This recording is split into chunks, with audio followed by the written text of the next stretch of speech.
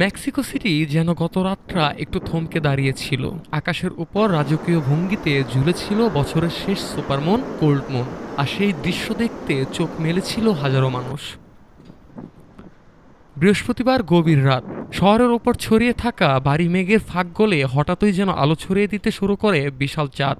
জ্যোতির্বিজ্ঞানীরা বলছেন রাত 10টা 40 মিনিটে চাঁদটা সবচেয়ে কাছাকাছি অবস্থানে পৌঁছায়, আর তখনই সেটি দেখা যায় 14% বড় আর প্রায় 30% বেশি উজ্জ্বল।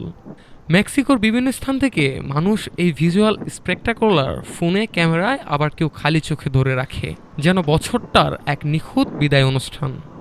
কোল্ড মুন নামটির উৎস উত্তর আমেরিকা ও ইউরোপের শীত শুরু থেকে। ডিসেম্বরে কনকনে ঠান্ডা রাতে পূর্ণিমার এই চাঁদকে বলা হয় কোল্ড মুন। কিন্তু এর সৌন্দর্য সীমাবদ্ধ নয় কোনো অঞ্চলে। পৃথিবীর বহু জায়গাতেই একই আলোয় ভিজেছে আকাশ। বছরের শেষ সুপারমুন বলে কথা, আর সেই কারণে দৃষ্টি সরানো কঠিন ছিল।